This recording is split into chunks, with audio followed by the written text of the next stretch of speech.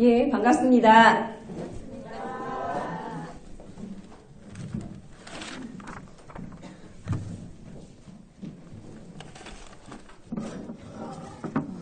죄송한데 물 좀 하나만 갖다 주시면 감사하겠습니다. 아, 뒤에 있네요. 감사합니다. 이렇게 교사 10년 세미나로 만나게 되어서 정말 반갑고 감사합니다. 연초부터 이렇게 모여서 교사가 어떤 사람일까 고민하고 그런 시간을 갖는다는 것 자체가 정말 굉장한 열정이에요. 그래서 이렇게 와주신 모든 분들, 그리고 교사가 아니어도 다음 세대를 위해서 관심을 갖고자 오신 분들이 참 많이 계셔서 정말 감사합니다. 함께 우리 한국교회와 다음 세대를 위해서 눈물로 기도하며 그 다음 세대들을 키워나갈 수 있는 좋은 계기가 되었으면 좋겠습니다. 특별히 제가 여러분께 부탁드릴 것은 보기보다 제가 무대 공포증이 있어요. 그래서 여러분들 함께 즐겁게 참여하면서 많이 얘기를 해주셔야 돼요. 그러지 않으면 저 혼자 떠들면 의미가 없잖아요. 그죠? 우리도 생각을 하며 정신줄을 땡겨 열심히 함께 강의를 만들어 가도록 하겠습니다. 자, 여러분 오늘 여러분들이 오신 이유는 과연 교사란 누구이며 예수님은 어떻게 가르치셨길래 탁월하게 가르치셨을까라는 고민들, 궁금증들을 갖고 오셨을 거예요. 그런데 먼저 여러분들 마음속에 있는 것을 한번 끄집어내면 좋을 것 같아요. 자, 교회학교 교사다. 나는 교사다. 나는 가수다도 아니고 나는 교사다. 그러면 교사는 뭐 하는 사람일까요? 여러분? 가르치는데, 네. 주로 뭐 하죠? 우리 교회 와가지고 교사들이 뭐 하시죠? 우리 교사가 주일날 하는 거, 생각해 보시죠. 교사가 뭐 하죠? 교회에 와서? 애들이랑 놀아요. 애들하고 놀아주기. 중요한 거죠. 기도도 하고요. 또 뭐 하죠? 공과 공부. 네. 공과 공부도 진행해요. 또 뭐 하죠? 간식 준비. 겁나 중요하죠. 애들이, 간식에 목숨을 거는 우리 아이들이 많기 때문에 간식 준비. 또 아까 찬양. 선물 준비. 선물 준비.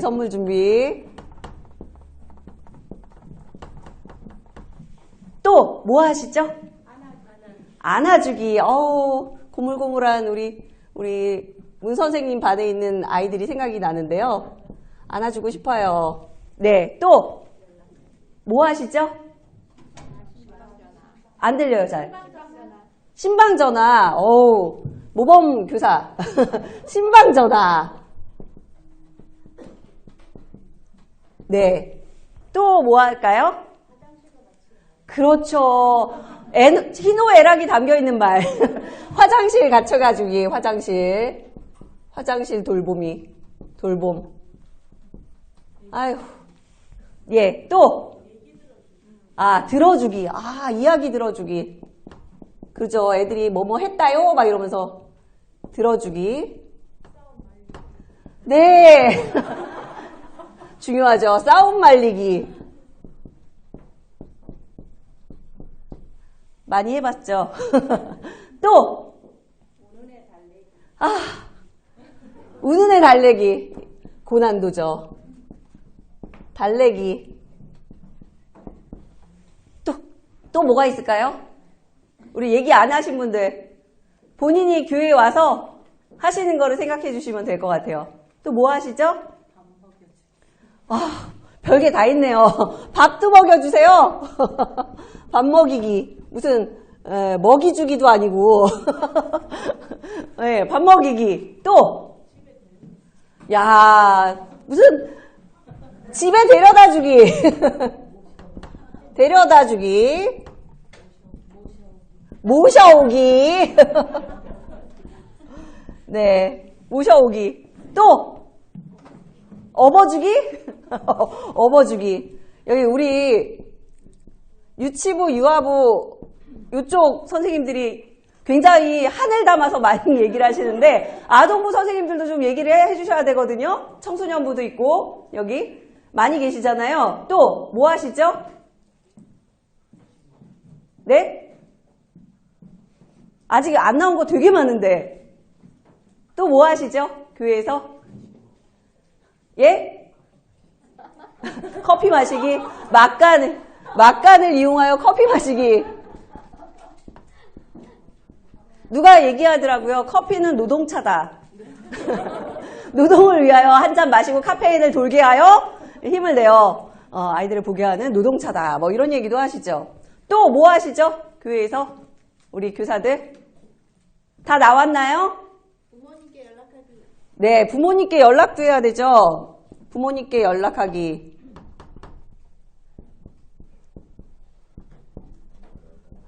우리 선생님 어린이집 이거 진짜 오늘 밥을 잘 먹었고요 말이죠. 뭐 예. 또 함께 예배드리기. 네, 조금 좀 정식적인 함께 예배드리기. 네, 또 처음에 교회에 오면은 뭐 하시죠? 청소, 맞이하기. 우리 교사들 모여가지고 뭐 하죠? 회의도 하고, 기도회도 하고, 이렇게 세미나도 하고, 그죠? 또 뭐 하죠? 다 나왔나요? 자, 우리 오전이라 이렇게 두뇌 회로를 잘 돌리셔가지고 하셔야 되는데, 자, 보세요. 이 밑으로 올수록 우리 마음속에 조금 덜 있는 것들이고 위에 있는 것들이 조금 빨리 나오는 것들이 좀 우리 마음속에 좀 빨리빨리 나오는 거잖아요. 근데 교사가 뭐 하는 사람일까 생각해보면 제일 중심적으로 생각하는 게 뭘까요? 요거예요, 요거. 보이세요? 네. 교사는 뭐 하는 사람일까 하면 많은 분들이 뭘 제일 먼저 생각하냐면 고가 공부를 생각을 해요. 그죠? 그래서 다른 많은 활동이 있지만 그 중에서도 성경 공부, 공과 공부를 1번으로 생각을 해요. 자, 여기서부터 약간 생각이 조금씩 달라지기 시작해요.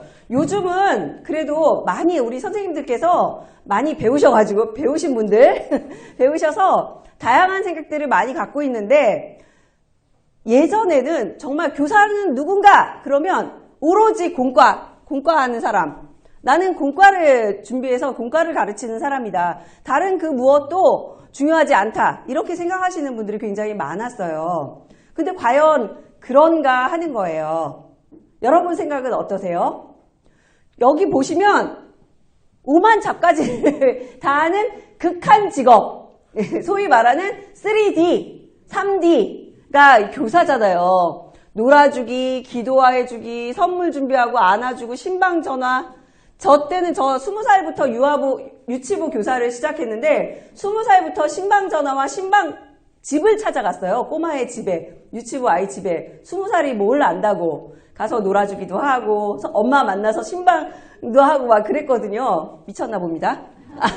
아무튼 그랬어요. 저희 때는. 근데 요즘은 신방 전화 많이 안 하는 경우도 되게 많이 있어요.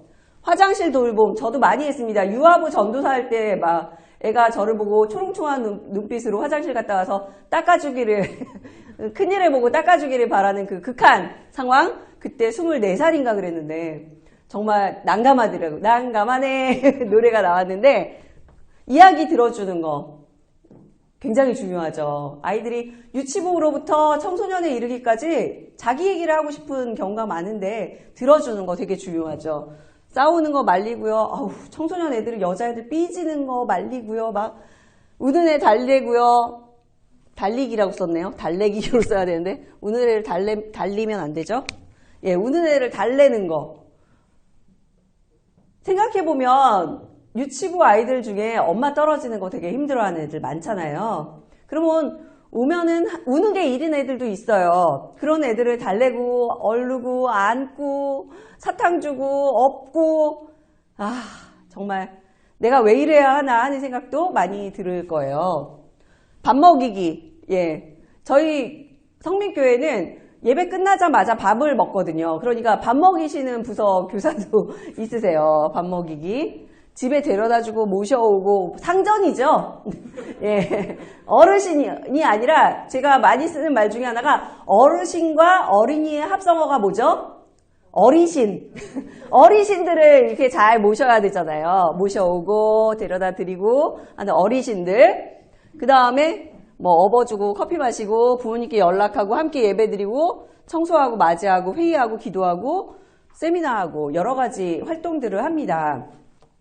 그런데 제가 이 얘기를 왜 드리냐 하면 교사가 누구인가? 오늘 저희가 모이면 세미나마다 항상 모이면 여러분의 눈빛은 저를 보면서 뭐라고 얘기하고 있냐면 쌈박하고 확실하고 애들한테 효과 있는 것을 뱉어봐 라는 표정으로 저를 보세요. 예. 근데 저는 그거보다 더 중요한 게 있다고 생각을 해요. 그것은 바로 자세잖아요. 자세. 가치관, 자세. 이게 더 중요하거든요. 사실은. 거기서 모든 게 다 나와요. 저희 아이가, 둘째 아이가 요즘 탁구에 미쳐가지고 탁구장을 다니고 있는데요. 얼마나 탁구를 좋아하는지 학교 끝나면 바로 가가지고 9시까지 안 나타나요. 얘가 고등학교 2학년인데 분실된 줄 알고 전화할 뻔했어요. 근데 내내 탁구를 치는 거예요. 근데 탁구를 칠 때를 생각해 보세요. 아무렇게나 치면 안 되고 기본기가 있어야 되잖아요. 자세가 좋아야 되잖아요. 탁구를 쳐보신 분은 알 거예요. 저는 알못인데 탁구를 잘 모릅니다. 근데 기본 자세가 굉장히 중요하거든요. 자세에 따라서 그 사람이 얼만큼 실력이 좋아질지가 결정되는 거예요. 근데 우리는 자꾸만 자세가 중요한 게 아니라 어떻게 이겨먹는가 막 그것만 생각을 해요. 그러니까 막 이상한 폼으로 막 날리고 막 그러거든요. 근데 그게 중요한 게 아니라 자세가 중요하다. 악기도 마찬가지예요. 악기를 연주하려면 누가 그러더라고요. 이 하체가 튼튼해야 이렇게 위에 부는 거나 뭐 이런 거 보면 하체가 튼튼해야 된대요. 스탠스가 좋아야 한다고 그러더라고요. 스탠스. 딱 자세를 버티고 지지하는 거. 이게 좋아야지 오래 할 수 있고 잘할 수 있다는 거죠. 교사도 마찬가지예요. 교사가 누구인지, 교사가 뭐 하는 사람인지 그거에 대해서 좀 알면 훨씬 더 교사를 길게 잘 할 수 있어요. 그런데 전에 저희가 배웠던 바에 의하면 교사 그러면 이꼴 가르치는 사람 이렇게만 항상 마음속에 담고 살아왔거든요. 그래서 아주 유명한 영화 대사가 있죠. 넌 학생이고 난 선생이야 라는 대사. 넌 학생이고 난 선생이야. 선을 긋는 거죠. 넘어오지 말라는 거잖아요. 그런데 과연 그런가 하는 거예요. 일반적으로 교회 말고 뭐 수학을 가르친다, 영어를 가르친다 그러면 수학 선생님, 영어 선생님은 그 분야에서 탁월하신 분이고 그걸 가르치시는 분이죠. 근데 우리가 가르치는 것은 말씀이고 신앙이에요. 신앙에서 저희가 탁월한가요? 사실 솔직히 우리끼리. 애들보다 내가 신앙이 더 좋다. 자부할 수 있으신가요? 저는 절대 자부할 수 없어요. 솔직히. 어떻게 보면 유치부 아이들, 유아부 아이들이 훨씬 더 저보다 믿음이 더 좋아 보일 때가 있어요. 어느 날 목사님이 설교를 했습니다. 오병이어 사건을 얘기를 했어요. 물고기 둘과 떡 5개로 5,000명도 넘는 많은 사람을 먹였어요. 그리고 12강줄이가 넘었어요. 그랬더니 엄마를 따라온 5살짜리 아이만 우와! 하고 놀라고 나머지는 그랬나 보지 뭐. 그런 일이 있었나? 하고 쳐다봤대요. 그러니까 아이들은 정말 그 이야기에 빠져들어서 믿음으로 우와 하고 놀래는데 우리는 놀래지도 않고 별일도 없고 밍숭맹숭하고 그럴 수도 있다는 거죠. 제가 며칠 전에 우리 에덴교회 사모님 만나는데 사모님께서 그러시더라고요. 유치부 아이가 아버지를 가르치더라. 말씀을 외워서 유치부 아이가 아빠한테 읽어보세요. 외워보세요. 해보세요. 막 이러면서 시키더라. 그 얘기를 듣고 제가 참 기뻤어요. 왜냐하면 그게 신앙교육이거든요. 신앙교육은 가르치는 자와 배우는 자가 경계가 없어요. 사실은. 그래서 기본 전제라고 제가 여기 자료에다가 나왔잖아요. 보면은 괄호가 있습니다. 그죠? 우리 양육훈련학교 하신 우리 선생님들이나 성민교회 우리 분들은 잘 아실 거예요. 왜 괄호가 있는지. 정신을 놓지 않고 따라가야 하기 때문에, 괄호를 채워야 하기 때문에 괄호가 있습니다. 기본 전제를 좀 가지고 시작을 해야 돼요. 우리가 예수님의 교육 방법, 질문과 대화가 살아있는 가르침을 배우자. 어떻게 하면 되지? 노하우를 배워가지고 나도 예수님처럼 질문을 그냥 무슨 땡땡 스님처럼 즉답을 하고 그냥 막 애들을 깜짝 놀라게 하는 대답을 해주고 막 이런 거를 생각하면 그걸 잠깐 내려놓으시고 먼저 기본 전제를 생각을 하셔야 돼요. 첫 번째, 교사란 누구인가? 제가 왜 자꾸 이렇게 공을 들여서 얘기를 하냐면 기본기, 자세, 그것 때문에 그래요. 교사란 누구인가? 성민교회 양육훈련학교를 하시는 분들은 다 아실 거예요. 우리의 영원한 교사는 누구일까요? 답은 항상 가로의 답은 예수님, 하나님. 예, 그런데 여기의 답은 삼위일체 하나님 뿐이다. 우리의 영원한 교사는 삼위일체 하나님 뿐이다. 우리는 인간이 가르치는 게 한계가 있다는 것을 늘 인정해야 하잖아요. 그죠? 그래서 우리의 영원한 교사는 삼위일체 오직 하나님 뿐이시다. 성자 하나님, 성부 하나님, 성령 하나님께서 우리에게 감동 감화시켜 주시지 않으면, 은혜를 주시지 않으면 우리는 교사를 할 수도 없고 애들을 가르칠 수도 없고 애들과 있을 수도 없어요. 저는 이걸 굉장히 많이 체험하는데요. 제가 아까도 얘기한 것처럼 박사님 그러니까 제가 굉장히 부끄럽더라고요. 근데 공부는 좀 많이 했습니다, 여러분. 예, 그래서 학부 졸업하고 4년 졸업하고 신대원 3년을 졸업하고 MA 2년을, 그러니까 대학원 2년을 졸업하고 박사를 한 5년 정도 했어요. 꽤 많이 했죠. 예, 많이 했는데 할 때마다 제가 신대원 박사과정, 석사과정 논문을 쓸 때마다 앞에 항상 감사의 글이 있습니다. 감사의 글을 씁니다. 누구에게 감사하고 누구에게 감사하고. 거기에 빠짐없이 등장하는 사람들이 누구냐면 제가 가르쳤던 아이들이에요. 그 아이들 때문에 제가 되게 많이 배웠거든요. 그 아이들이 없었으면 저는 정말 공부를 글로 배웠습니다. 화장을 글로 배웠습니다. 하는 것처럼 정말 우스꽝스러운 사람이 되었을 텐데 그 아이들, 특히 저희 집에 있는 북극곰과 지리산 흑곰 예, 서식하는 두 분들 때문에 지금은 겨울잠 중이세요. 12시간씩 자요. 네, 아무튼 그분들 덕분에 제가 굉장히 많이 배웠거든요. 그래서 교사는 누구인가 그러면 우리의 영원한 교사는 삼위일체 하나님 한 분뿐이시다 라는 걸 제 마음속에 언제나 새기려고 노력을 해요. 내가 저 아이들을 가르치려 들면 힘들다. 하나님이 가르쳐 주시지 않으면 저 아이는 변화란 일어날 수 없다. 우리가 사람을 변화시킬 수 없다. 우리가 신앙을 갖게 해줄 수 없다. 그게 우리 장로교 신앙의 전통이거든요. 오직 은혜, 오직 성경, 오직 예수 그리스도. 그것이 우리의 신앙 고백이잖아요. 우리 인간은 그럼 뭐냐? 그럼 나는 그럼 나는 뭐냐? 라고 얘기할 때 두 번째, 저는 모든 인간은 학생이란 누구인가? 거기에 보시면 괄호를 이제 채우셔야 돼요.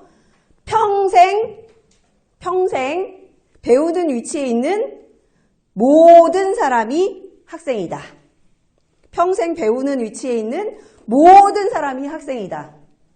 여러분의 이름은 뭐죠? 네, 그렇습니다. 가르치는 학생이죠. 그죠? 우리 아이들은 배우는 학생이고요. 예. 그렇게 따진다면 평생 배우는 위치에 있는 모든 사람이 학생이잖아요. 그럼 우리는 다 학생이고 우리는 평생 학생이에요. 학생이 학생을 가르치는 거기 때문에 우리는 늘 겸손한 자세로 그 학생들을 대할 수 있게 되는 거죠. 제가 발달심리학을 공부를 좀 많이 했는데요. 이 발달심리학을 또 얘기하면은 2박 3일도 할 수 있는데, 발달심리학이라는 거는 기본적으로 뭐냐면 인간이 평생 발달한다는 거예요. 자란다는 거예요. 인간이 평생 자란다. 그러니까 어느 순간 20살이 되면 자라는 게 끝나는 것이 아니라 평생 자란다는 거예요. 자란다는 것은 평생 성숙이라는 과정에 있는 거고 또 뭐가 있냐면 삶의 과제가 있다는 거예요. 나이대마다 과제가 달라요. 그죠?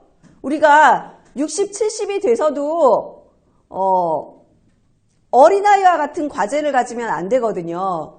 60, 70, 80, 90이 되면 노년기에 갖는 과제가 또 따로 있어요. 중년기에는 중년기에 갖는 과제가 따로 있어요. 청소년기에는 청소년기 특유의 과제가 따로 있어요. 그것을 우리가 이해하는 게 되게 중요해요. 그래서 학생이기 때문에 어릴 때는 우리 아이들이 어떤지, 애들이 제일 중요한 거 유치부 때까지는 저는 개인적으로 그렇게 생각해요. 교회가 참 행복한 곳으로 경험되면 좋겠다. 와서 저는 나쁜 전도사님이었어요. 23살, 4살부터 전도사를 하다 보니까 어머니 저에게 전적인 그룹 맡기시고 교회 예배에 올라가세요. 애가 막 울고 구르고 3바퀴 구르고 4바퀴 구르고 막 이래도 괜찮습니다. 제가 책임지겠습니다. 막 이러고 애 눈물 콧물 질질 흘리고 막 이래도 놓고 가라고 그랬어요. 근데 생각해보면 걔가 마음속으로 어떤 생각을 했을까? 너무 두렵더라고요. 교회에 대해서 너무 안 좋은 생각을 하진 않았을까? 교회만 오면 떨어뜨려. 엄마랑 나를 분리시켜. 내가 일주일 내내 엄마가 맞벌이를 하셔가지고 떨어져 있는데 내가 여기서까지 엄마랑 떨어져 있어야 돼? 난 그렇게 못해. 라는 얼굴로 있는 아이한테 너무 강요한 건 아닌가 하는 그런 생각이 참 많이 들었어요. 회개도 되게 많이 했답니다. 예, 아이들이 유치부, 유아부 때는 신앙의 안정감을 갖는 게 굉장히 중요해요. 굉장히 중요합니다. 그래서 교회에 와서 우리 선생님들이 아까 얘기한 것처럼 안아주고, 예, 업어주고, 예, 밥 먹여주고, 막 화장실 데려가주고, 이렇게 엄마처럼, 아빠처럼 따뜻하게 대해주는 안정감. 이게 있을 때 아이들은 교회에 와서 굉장히 이 행복감과 안정감과 만족감을 느끼게 됩니다. 아동부 애들은 어떨까요? 아동부 애들은 신체적으로나 여러 가지 활동적이고 경쟁이 굉장히 중요해요. 경쟁. 아동부 애들 보면 사소한 거에 목숨을 걸잖아요. 달란트 하나에 막 애들이 막 할 사람 그럼 막 손들고 막 이러잖아요. 물론 5, 6학년 되면 이 사춘기 삘이 나서 좀 덜한 애들이 있지만 한 4학년 때까지는 애들이 정말 자체 격렬 발광이라고 하는데 자체 발광을 막 굉장히 열심히 하세요. 열심히. 그런 아이들에게는 다양한 활동으로 다가가면 훨씬 더 좋겠죠. 그리고 청소년기 되면 어떻게 되죠? 아이들이 외계인이라고 그러잖아요. 그래서 청소년부 교사를 외계인 선교사다라고 얘기하기도 하고, 그죠? 네. 저희 집에도 예, 있는데 좀 지나기는 했지만 정말 힘들더라고요. 그런 아이들에게 그래서 저희가 양육훈련학교 작년에 할 때 정말 명언이 나왔어요. 청소년부 교사 3년이면 몸에서 사리가 나온다. 오죽하면 몸에서 사리가 나올 정도겠어요. 아이들이 마음을 열기가 쉽지가 않거든요. 그래서 끊임없이 대화하고 막 일씹이라고 그러잖아요. 읽고 씹는다. 카카오톡에 뭐 잘 지냈니? 뭐 그러면 읽고 씹어요. 오, 야 이거 어떡하나 하는데 계속 꾸준히 하다 보면 아이들이 그래도 마음을 열고 예 그렇게 되더라고요. 그래서 이런 아이들을 이해하는 거 그리고 청소년 아이들 같은 경우는 지금 굉장히 눌려있는 게 많잖아요. 그러다 보니까 대화하기가 참 쉽지가 않아요. 그런 아이들에게 함께 대화할 수 있는 장을 열어준다는 게 굉장히 중요한 것 같아요. 그래서 이런 각 시기별로의 이해를 갖는 게 참 중요해요.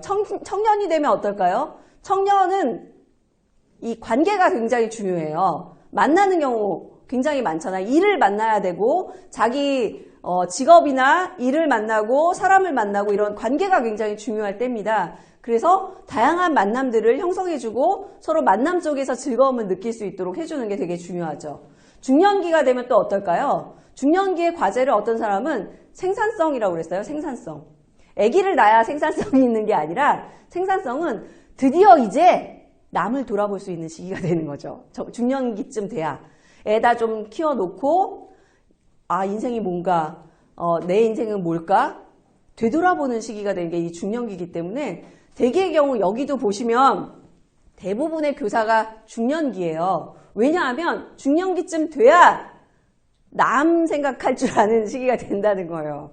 중년기쯤 돼야 남에게 헌신하고 베풀고 이러는 게 의미 있다는 거, 가치 있다는 것을 깨닫게 되는 시기이기 때문에 그래요. 그 전까지는 애기 어리고 그러면은 애 들쳐업고 다니는 거 힘들고 막 나 건사하는 것도 힘들고 그러다 보면 남 생각 잘 못하게 되거든요. 근데 드디어 이제 중년기쯤 되면 되거든요. 그래서 생산성이 있는 시기다. 인생의 가을이다. 열매를 맺는 시기다. 라는 얘기를 하는 거죠.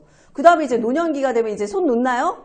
아니죠. 노년기는 막판 스퍼트를 하는 때예요. 막판 스퍼트. 뭐죠? 달리기 할 때 막판 스퍼트 하려면 혼신의 힘을 다 쏟아부어서 영혼까지 끌어모아서 달리잖아요. 그것처럼 노년기에는 나를 위해서 달리는 것이 아니라 다음 세대, 이웃, 세계평화, 월드피스 넓어지는 거죠. 그래서 나음을 위해서 막판까지 끝까지 헌신하는 게 이 노년기라는 거예요.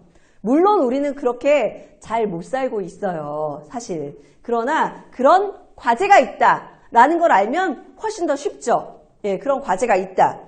그래서 발달심리학은요. 인간이 평생 성장 성숙해야 할 과제가 있다는 걸 알려줘요. 그러니까 이 과제, 학생의 특징이 뭐죠? 숙제를 해야 되잖아요. 그죠? 학생은 숙제가 항상 있어요. 그 숙제가 평생 있다는 거예요, 우리는. 그래서 우리는 학생이다. 이렇게 생각하면 자세가 달라집니다. 우리 아이들을 바라볼 때 우리 아이들의 수준도 이해할 수가 있게 되고 그 아이들을 바라볼 때 내가 일방적으로 가르치는 교사가 아니라는 것을 알게 돼요. 저는 이 지점이 굉장히 중요하다고 생각하거든요. 어떤 면에 있어서 기독교 교육, 신앙 교육을 할 때 이게 바로 신앙의 재개발이 아닐까. 싹 다 갈아엎어 주세요. 요즘 제가 연습하고 있는 노래인데 머리부터 발끝까지 싹 다 갈아엎을 때 제일 중요한 자세의 중요한 점은 누가 교사이고 누가 학생인가 하는 거예요. 그거를 잘 인지하고 있는 사람은 우리 아이들을 바라볼 때 다른 눈으로 바라보게 돼요. 예전에는요, 애들을 바라볼 때 내가 가르쳐야 할 애, 내 임무, 내 사역, 이렇게 바라보게 되었거든요. 그런데 교사가 누구이고 학생이 누구인가에 대한 인지가 된 다음부터는 애들을 바라볼 때 행복해졌어요. 왜냐하면 내가 교회에 오는 게 소모하려고 오는 게 아니거든요. 배우려고 오는 거고 함께 즐겁기 위해서 오는 거다 라고 생각하면 교회에 오는 발걸음이 달라져요. 왜 연말 연초에 전도사님, 목사님들이 인상을 찌푸리는지 아세요? 전도사님, 목사님, 저 교사 끊을래요. 뭐죠? 학원인가요? 끊었다 이었다 하나요? 자꾸 교사를 끊겠다고 하셔요. 왜 그럴까요? 소모가 되니까. 자꾸 소모가 되니까 끊어야 돼. 안 그러면 내가 너무 소모가 되니까요. 그런데 교사를 끊었다 이었다 하지 않을 수 있는 유일한 방법은 내가 여기서 소모를 하지 않으면 돼. 애들의 에너지를 쏙쏙 빨아먹으면 돼요. 애들의 그 젊고 영하고 행복하고 발랄한 것들을 바라보며 배우면 돼요. 그러면 훨씬 더 에너지가 충전이 되면서 내가 이걸 왜 끊어? 내가 채워지는 자리인데, 내가 은혜 받는 자리인데, 내가 성장하는 자리인데 내가 이걸 왜 끊어? 가 되는 거죠. 자세가 완전히 다른 겁니다. 그래서 저는 우리 선생님들 여기 와서 내가 뭘 배워가서 우리 애들에게 전달해줘야지 라는 자세보다 내가 으뜸 학생으로서 많이 배워야지, 많이 느끼고 많이 경험해야지, 많이 행복해야지 라는 자세로 가지고 가시면 참 좋겠다. 그래서 그 다음 이야기가 뭐냐면 대화의 관계란 뭔가 하는 거예요. 대화. 우리가 정말 아이들과 마음을 열고 질문과 대화가 살아있는 교육을 하고 싶다라고 얘기하잖아요. 그럴 때 전제가 되는 게 바로 대화의 관계가 되어야 된다는 거예요. 애들이 마음이 열리지 않으면 절대 말을 하지 않습니다. 특히 청소년부 교사들은 정말 100% 공감하실 거예요. 애들이 말하라 그러면요. 마치 입을 꽉 다물고 안 엽니다. 입속에 뭘 넣었는지 모르겠는데 안 보여주려고 절대 입을 안 엽니다. 그런데 그 아이들이 입을 열 수 있는 유일한 방법은요. 마치 햇빛을 쬐어서 옷을 벗게 하듯이 끊임없는 사랑과 애정으로 대해주고 정말 선생님들이 막 시덥지 않은 농담해가면서 마음을 막 그냥 애교를 떨어뜨리고 막 그래야 간신히 조금 열리는 게 이 청소년부 애들이거든요. 심지어는 저희 지금 이 청년부실 문이 있는데 그 문을 열고 들어가면 안에 요기보라는 아주 편한 소파가 있습니다. 애들이 이런 책상을 좋아할까요? 싫어할까요? 싫어합니다. 학원 같고 학교 같아서 이런 책상은 별로 안 좋아합니다. 저도 지금 여러분과 함께 이렇게 앉아있으니까 마치 제가 1타 강사가 된 것 같아요. 자, 뭐 돼지꼬리 땡땡 저희 때는 그랬거든요. 그런 거 막 해야 될 것만 같은 이 구조, 이거에 대해서 굉장히 숨막히다는 거를 우리는 잘 못 느껴요. 맨날 이렇게 살아왔으니까. 앞만 보고 살아왔잖아요. 예, 그 앞만 보고 살아온 우리 인생이 앞만 보고 있어요, 다들. 근데 애들이 학교 가서도 그렇게 앞만 보고 앉아있는데 교회 와서도 그러고 싶을까 하는 거예요. 입이 안 열려요. 앉아있으면 저 같아도 우리 성경 공부 한번 해볼까? 그럼 절대 입이 안 열립니다. 기승전, 이 본론으로만 자꾸 들어가려고 하시는데 애들이 오면 공과 공부할 때 우리 아동부 아이들, 제가 아동부 공과를 많이 쓰거든요. 그러면 맨 처음에 하는 게 뭔지 아세요? 마음을 여는 거예요. 하이파이브라고 하거든요. 마음을 여는 거. 그 다음에 말씀을 가르치고 그 다음에 마음을 담고 뭐 다짐하고 이런 게 나와요. 맨 처음 항상 하는 게 마음을 열기예요. 마음을 열기. 마음을 연다는 게 뭘까요? 그게 바로 대화의 관계가 되는 건데요. 많이 유명한 분이 있어요. 마틴 부버라는 분이 있는데 그분이 뭐라고 했냐면 인격적인 관계, 대화의 관계는 나와 그것의 관계가 아니라 나와 너의 관계다. 이렇게 얘기했어요. 많이 들어보셨죠? 우리가 많이 들어봤는데 많이 까먹는 것 중에 하나가 이거예요. 나와 그것의 관계는 뭐죠? 사람은 사람으로 대하는 게 아니라 사물로 대하고 수단과 방법으로 대하는 게 그것이잖아요. it. 가끔은 그렇게 자꾸 대한다는 거예요. 우리가 사람과 사람에 대해서. 그런데 그게 아니라 나와 너의 관계, 인격적인 관계. 나도 너도 사람이고 함께 마음을 열고 대화하는 관계가 되지 않으면 절대로 입을 열지 않는다는 거예요. 마음이 먼저 열려야 대화가 가능하다. 우리는 질문과 대화를 할 때 내가 탁월하면, 내가 잘 대답해주면 애가 대화를 잘할 것 같은 착각에 빠지거든요. 어린 반푼어치도 없습니다. 아무리 좋은 대답을 해줘도 답이 아무리 좋아도 마음이 열리지 않으면 받아들여지지 않아요. 왜 엄마 아빠 말을 애들이 안 들을까요? 엄마 아빠 하는 말 다 100% 맞잖아요. 엄마 아빠 틀린 말 하는 경우 있나요? 엄마 아빠가 걔를 제일 사랑해서 하는 얘기잖아요. 근데 왜 안 듣죠? 애들이 마음이 안 열려서 그런 거예요. 잔소리라고 받아들이기 때문에 그렇거든요. 그러니까 먼저 마음을 여는 게 제일 중요해요. 그래서 마음을 여는 것이 중요한데 그게 대화적인 관계, 인격적인 관계에서 시작이 된다. 그래서 우리 아이들 바라볼 때 항상 내가 개조시켜야 할 존재로 보지 마시고 많이 그렇게 봤거든요, 사실.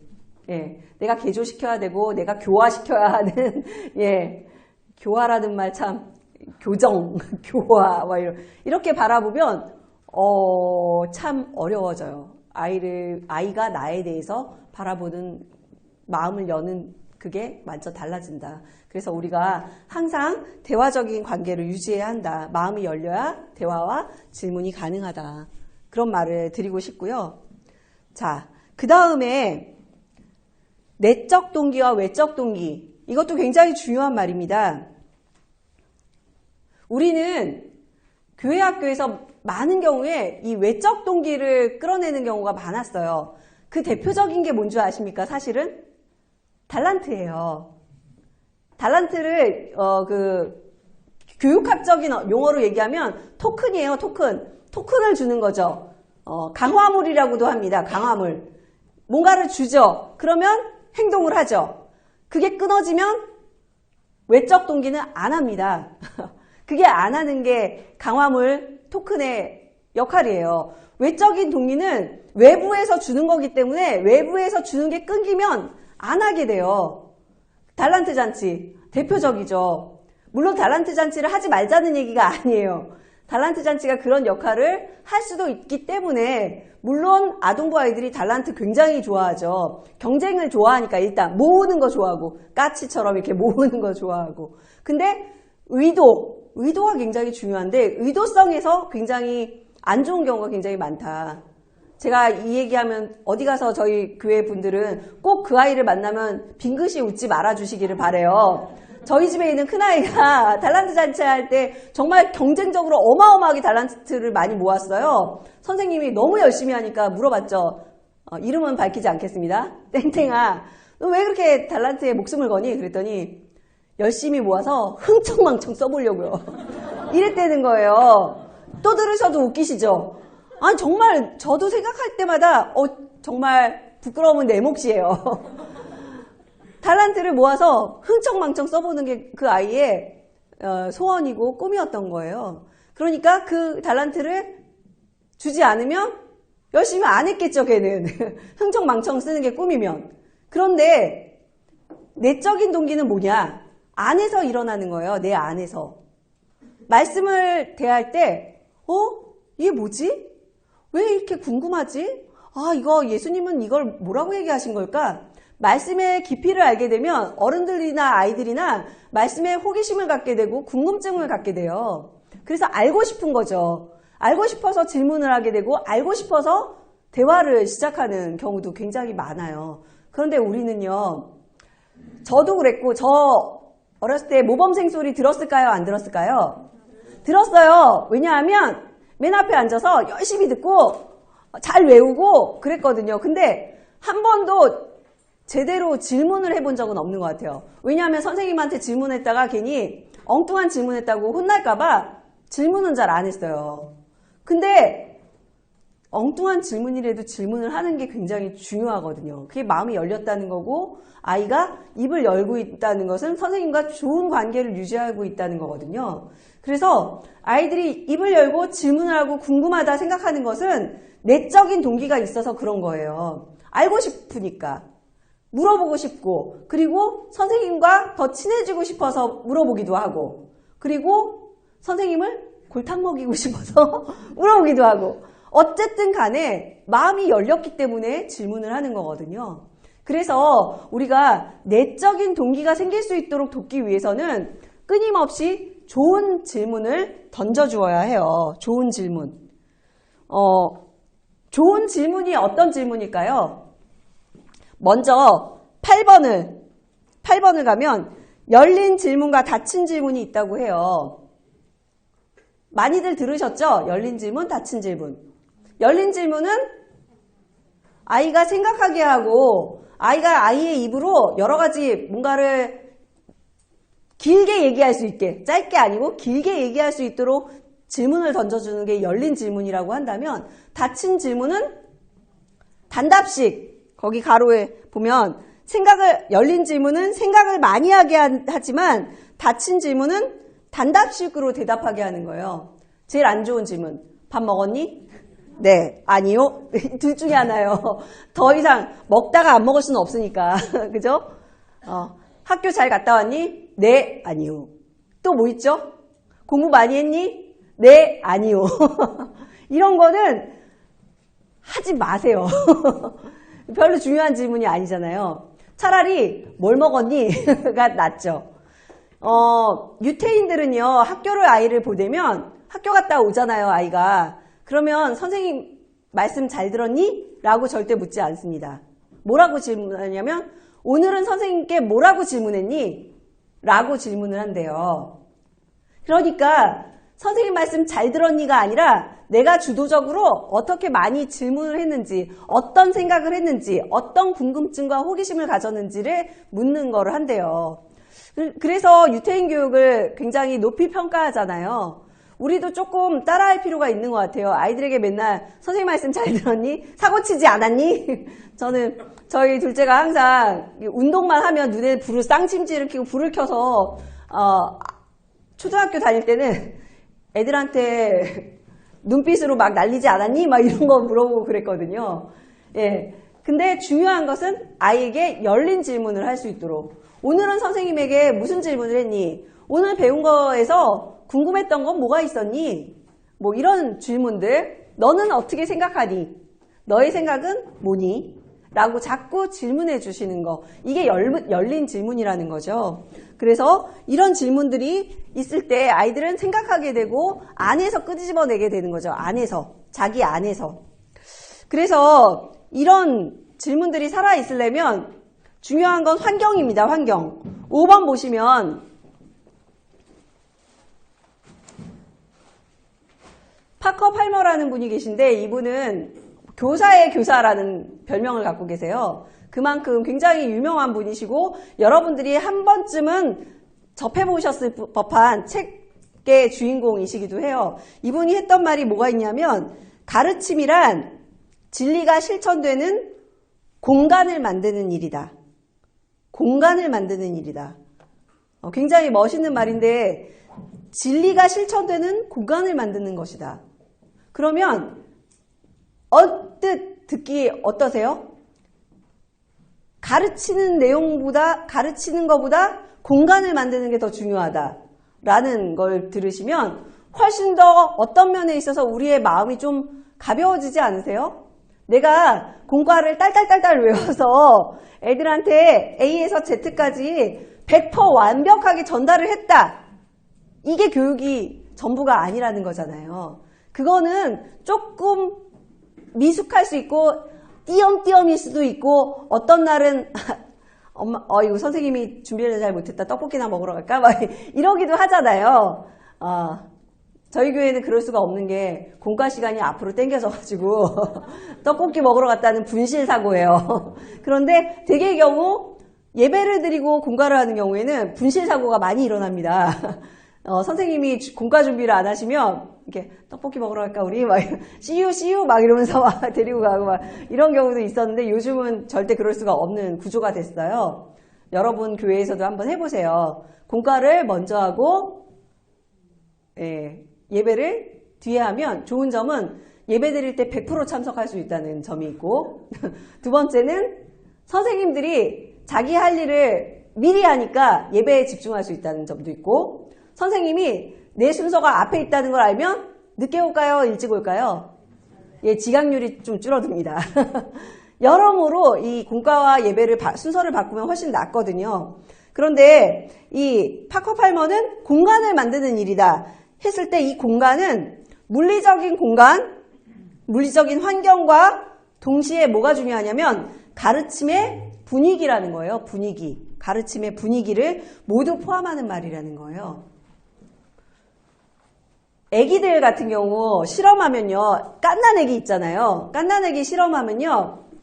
애기들한테 좋은 말을 하면 애들이 방긋방긋 웃고 싫은 말을 하면 울 것 같잖아요. 근데 싫은 말을 웃으면서 하면 안 울어요. 좋은 말을 화내면서 하면 울어요. 뭔 말인지 아시겠죠?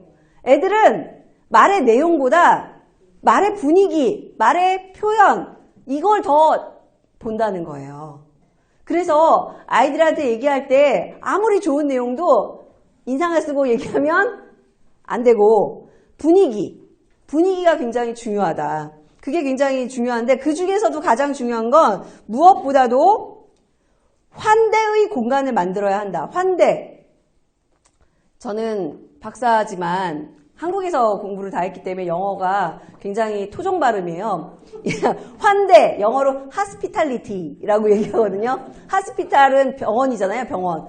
병원에다 리티를 붙이면 hospitality라고 하는데 이 환대라는 게 뭐냐면 아까 우리 문 선생님 얘기해 주셨는데 안아주는 거, 받아들여주는 거, 팔을 벌려서 안아주는 게 이 환대예요. 그런데 이 환대가 어디서 또 굉장히 유명하냐 하면 이 히브리 문화에서 굉장히 중요해요. 환대.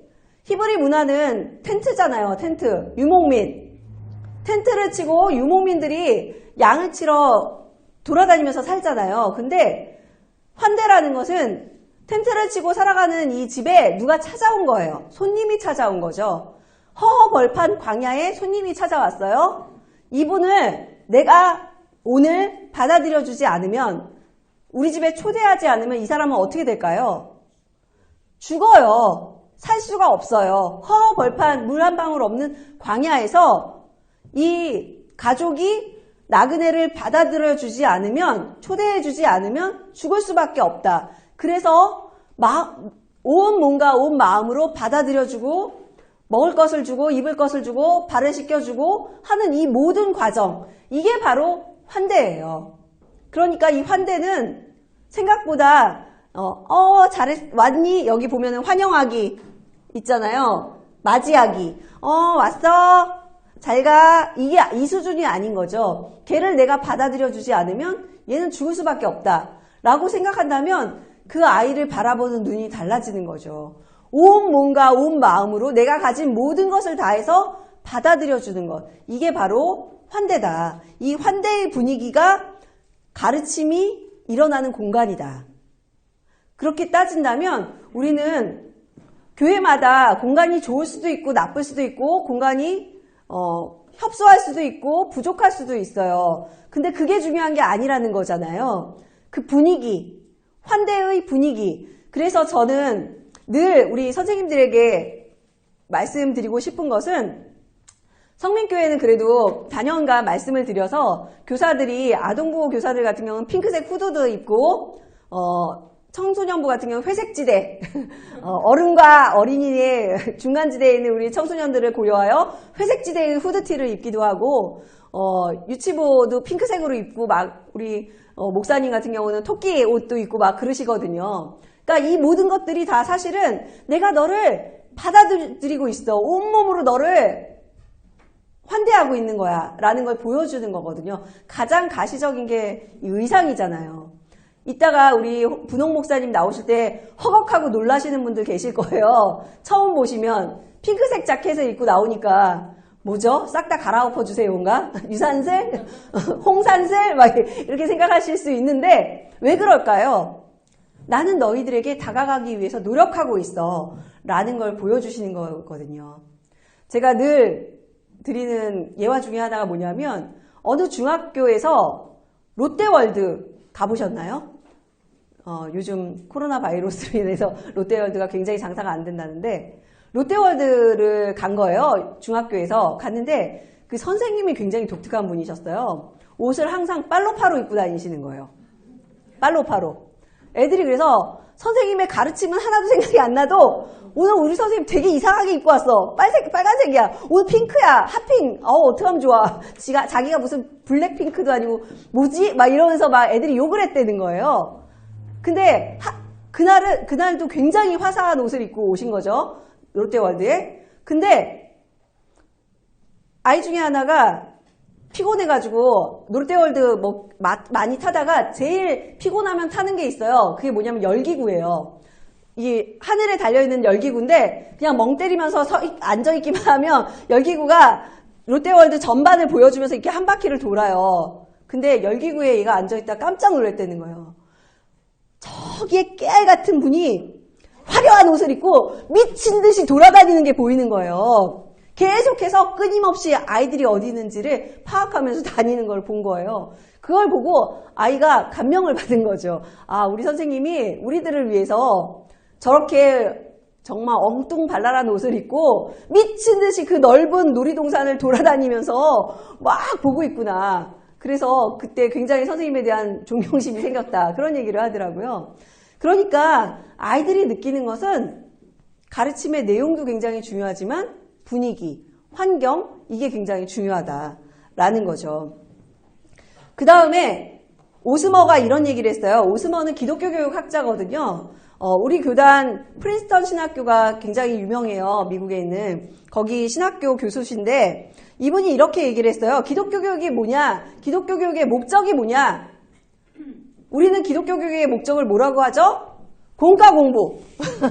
신앙교육의 목적은 공과 공부. 공과 공부를 완벽하게 전달하는 거. 이걸 자꾸만 생각하는데 이분은 뭐라고 얘기했냐면 기독교 교육의 목적은 신앙이 일깨워지고 지원받고 도전받을 수 있는 장을 만드는 것이다. 파커 팔머 얘기랑 별 차이 없죠? 장을 만드는 것이다. 일깨워지고 지원받고 도전받을 수 있는 장을 만드는 것이다. 그렇게 생각하면 일방적 전달로 끝나는 말씀 교육이 아니라 창의적인 대화와 질문이 활발하게 일어나는 곳이 바로 되어야 하고 그게 기독교 교육의 목적이 되어야 한다는 거예요. 우리는 자꾸 기독교 교육을 제가 기독교 교육을 전공해서가 아니라 많은 경우 신앙교육, 기독교 교육 그러면 자꾸 원룸처럼 좁게 생각을 해요. 공과공부가 아니면 죽음을 달라. 자꾸 공과공부로 원룸처럼 생각을 해요. 근데 저는 기독교 교육이 롯데월드, 에버랜드, 서울랜드, 디즈니랜드, 디즈니월드 이렇게 놀이동산처럼 넓다고 생각을 하거든요. 넓게 보면 넓게 여기 나와 있는 거 보면 아 이게 무슨 교육이야 하는 거 되게 많잖아요. 그죠? 선물 준비하는 거 이게 무슨 교육이야? 싸움 말리기 뭐죠? 막 이러면서 이건 교육이 아니에요 라고 우리가 생각할 수 있는 것들이 많이 있잖아요. 그죠? 업어주는 거 한 잔의 커피를 마시며 카페인을 돌게 하는 거 이것조차도 사실은 이 모든 게 다 기독교 교육 안에 있다는 거예요. 공과를 딱 전달하는 거, 말씀을 암송하게 하는 거 이것만이 아니라 우리가 아이를 만나고 미소 짓고 안아주고 이야기를 들어주고 이 모든 게 다 창의적인 대화와 질문을 위한 장을 마련하는 것이라는 거죠. 그래서 우리가 항상 기억해야 할 것은 우리가 신앙교육을 자꾸 좁게 보지 말고 넓게 보고 교사도 교사와 학생을 선을 긋지 말고 학생으로서 우리가 대하고 그러면 그 아이들을 대하는 자세들이 굉장히 기본기가 달라지고 우리 신앙도 굉장히 많이 달라진다는 거죠. 그래서 여러분들이 진짜 예수님의 교육 방법을 알고자 오셨는데 제가 이렇게 앞부분을 강조해서 얘기하는 것은 이런 기본기가 있고 나서야 우리는 예수님이 대화를 어떻게 하셨는지를 다시 새로운 눈으로 바라볼 수가 있게 돼요. 자, 여러분 새로운 소위 제가 좀 격한 말을 해도 이해해 주세요. 새로운 눈깔로 성경을 보실 준비가 되셨나요? 네. 예, 안구정화 하셨죠? 네, 그러면 이제 한 장을 넘겨주시기 바랍니다. 자, 한 장을 넘기셨나요? 자, 한 장 넘기셨죠? 자, 여러분들 중에서 애들이 본인한테 질문해서 굉장히 당황했던 경험이 있으신 분들 있으신가요? 나는 이런 질문 받고 굉장히 당황했다. 한번 손 들어보시겠어요? 예, 우리 이재환 집사님. 무슨 질문 들었을 때 당황하셨나요? 성경의 교제를 하는데 네. 베드로가 3번 부인을 그 장면에서 네. 예수님께서 이미 아셨는데 네. 그러면 베드로의 이 3번 부인은 이미 정해져 있는 게 아니냐? 네. 어떻게 이해해야? 네. 굉장히 심각한 질문을 받으셨네요. 네. 아유, 박수 한번 쳐드립시다. 예. 예. 아이가 이런 질문, 고상하고 고차원적인 질문을 할 수 있다는 것은 선생님을 믿고 질문을 하는 거거든요. 베드로가 3번 부인할 거 뻔히 아시면서, 다 아셨으면서, 왜 그러셨어요, 예수님? 그런 거잖아요. 예수님 왜 그러셨을까요? 이해가 안 되네. 뻔히 알면서. 하나님은 내가 죄질 거 알면서 왜 죄질 상황에 내버려 두셨을까요? 이해가 안 되네. 이런 질문들 굉장히 많이 듣죠, 여러분. 또 아이들 같은 경우는 엉뚱발랄한 질문들 되게 많이 하잖아요. 네, 예수님이 여자예요, 남자예요? 그런 질문.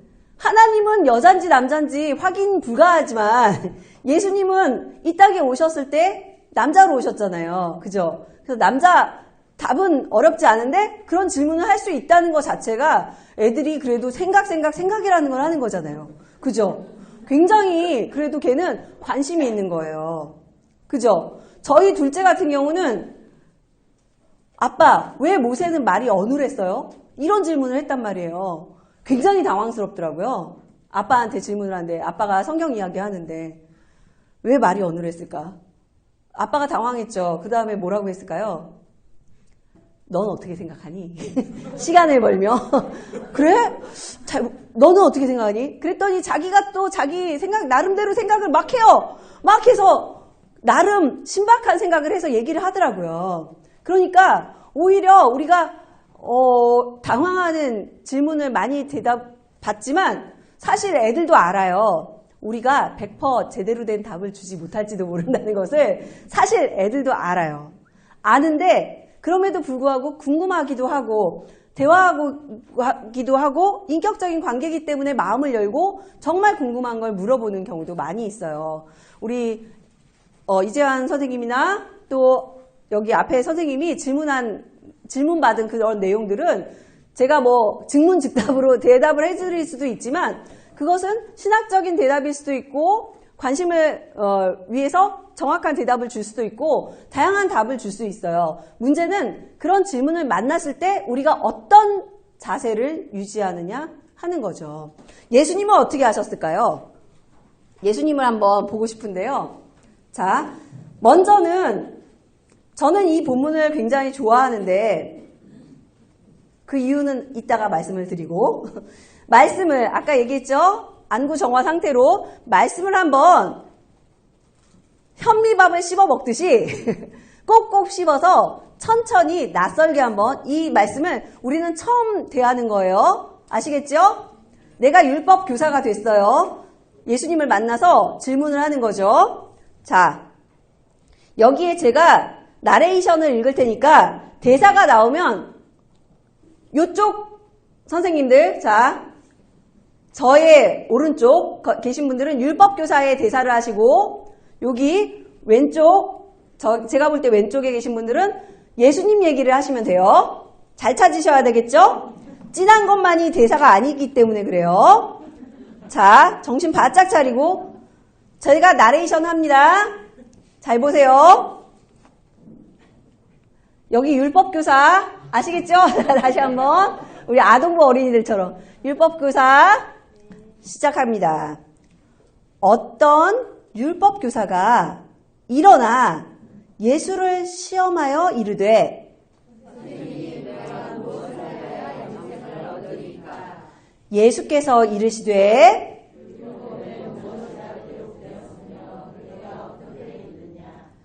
대답하여 이르되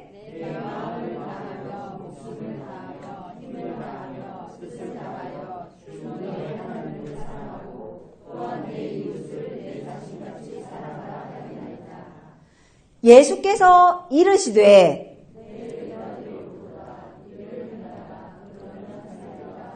하시니 그 사람이 자기를 옳게 보이려고 예수께 여짜오되 예수께서 대답하여 이르시되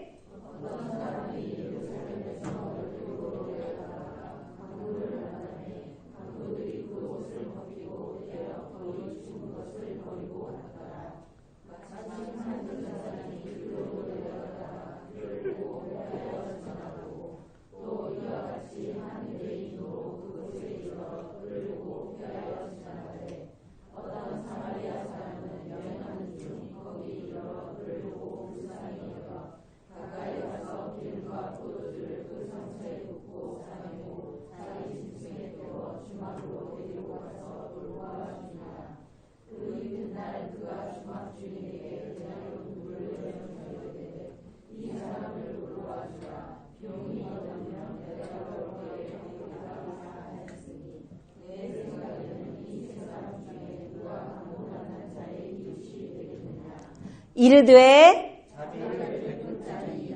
예수께서 이르시되 하시니라. 아멘. 우리 모두에게 박수 한번 쳐드립니다. 연기력이 조금 떨어지시긴 했지만 잘 읽어주셨어요. 자, 말씀 속으로 한번 들어가 보면요. 본문에 등장하는 율법교사는 어떤 사람인 것 같으세요? 율법교사는 자, 먼저 하는 일은 뭘까요? 그렇죠. 율법교사. 어느 본문에는 서기관이라고도 나와 있어요. 말씀 모세오경 특히 말씀을 가르치는 사람이죠. 말씀을 가르치는 사람. 근데 여기에 등장하는 율법교사는 어떤 사람 같으세요? 분위기를 보아하니? 성격은 어떨 것 같으세요? 까칠. 네, 까칠. 까칠 나왔습니다. 까칠. 또 율법교사. 여기 나오는 율법교사 어떤 사람인 것 같으세요? 남눈 의식하는 사람. 남의 눈. 남의, 아이고. 의, 눈, 의식. 또 교만한 사람. 잘난 체. 교만한 사람. 또 어떤 사람인 것 같으세요? 궁금한 게 많은 사람. 궁금한 게 많은 사람. 네, 또 완벽주의. 예? 완벽주의. 어떤 면에서요? 자기도 옳게 보이려고 하니까. 네. 자기를 옳게 보이려고 하는 완벽주의. 또 불안감. 구원에 대한 불안. 구원에 대한 불안. 내가 이렇게 살아가지고 구원 받을 수 있을까 하는. 예. 또 율법을 잘 지키는 사람. 율법 잘 지키는. 예. 또 어떤 사람일까요? 의심이 많은 사람. 예, 의심. 우리가 이 본문을 읽을 때 율법교사에 대해서 고민해 보셨나요? 그냥 율법교사는 그냥 율법교사 와가지고 시험에서 얘기를 하는 거 보니까 뭐 그냥 예수님한테 시비 걸려고 그러나? 막 이 정도만 생각하고 넘어갔잖아요. 근데 여러분들이 얘기하는 걸 들어보니까 굉장히 다면적인 사람이네요. 예. 잘 관찰하니까. 그래요. 이런 사람이에요. 여기서 율법교사가 나타났어요. 그런데, 시험에서 왔다 그랬잖아요. 여기서 시험은요, 사실은 예수님을, 올무를 걸려고 한 것보다는 여기에 나오는 시험은 테스트에 가깝대요. 그래서 율법 교사니까 이 사람이 무면허로 가르치고 있잖아요. 예수님이 무면허로 가르치고 계시니까 정식 교사로서의 자질이 있는지 없는지를 판단하기 위해서 온 거예요. 이 사람은. 그래서 질문을 한 거죠. 예. 그런 면에 있어서는 굉장히 물론 교만한 면도 있고 까칠한 면도 있고 궁금하기도 하고 여러 가지가 있지만 자기 일에도 굉장히 철저한 사람인 걸 알 수가 있겠죠. 네. 그리고 이제 또 나중에 율법교사가 어떤 사람인지 조금 더 알아보도록 하고요. 일단 본문에 등장하는 율법교사는 그런 사람이었다. 처음에 그렇게 시작을 합니다. 그 다음에 2번 예수님은 율법교사의 첫 번째 질문에 어떻게 대답하셨나? 선생님, 내가 무엇을 하여야 영생을 얻으리까? 그래도 선생님으로 대우를 해줬어요. 그죠? 랍비어. 선생님, 내가 뭘 해야 영생을 얻을 수 있습니까? 그랬더니 예수님은 뭐라고 그러셨죠? 어떻게 대답하셨나요? 율법에 무엇이라 기록되었으며 내가 어떻게 읽느냐? 이게 어떤 뉘앙스인가요? 니는 어떻게 생각하노? 니는 어떻게 생각하노? 이거랍니다. 예. 율법 교사니까 잘 알 거 아니에요. 그러니까 예수님은 네가 아는 걸 얘기해봐 라는 거잖아요. 그 안에서 끄집어 내시는 거죠. 니는 어떻게 생각하노? 이렇게 질문을 했습니다. 그러자 그리고 율법에 대해 무엇이라 기록되었으며 내가 어떻게 읽느냐라는 말은요. 이 율법 교사니까 기록된 걸 항상 읽을 거 아니에요. 그리고 이 사람이 하는 일이 회당이나 이런 데서 율법을 사람들에게 읽혀주는 역할을 많이 했어요. 율법 교사이기 때문에 읽어주는 역할. 쉐마라 그러잖아요. 쉐마랑 짝인데 듣는 사람들이 있고 이 사람은 얘기해주는 하는 말씀을 낭독하는 사람이죠. 너가 맨날 읽고 낭독해주고 있지 않냐? 뭐라고 알고 있냐? 니는 어떻게 알고 있냐? 이걸 물어보신 거죠. 그러자 예수님의 질문 3번 예수님의 질문에 대해 율법 교사는 어떻게 대답을 했나요? 내 마음을 다하며 목숨을 다하며 힘을 다하며 뜻을 다하여 주 너희 하나님을 사랑하고 또한 내 이웃을 내 자신같이 사랑하라 하였나이다. 이게 뭐죠? 신명기에 있는 말씀이잖아요. 신명기 6장에 있는 말씀과 신명기 그 뒤에 있는 말씀이거든요. 두 개 다. 그래서 신명기에 있는 말씀으로 답을 한 거예요. 그러니까 율법교사는 어떤 사람이에요? 말씀을 굉장히 잘하는 사람이죠, 사실. 그죠? 말씀에 대해서 굉장히 잘하는 사람이에요. 그 다음에 네 번째. 율법교사의 두 번째 질문의 의도는 무엇인가요?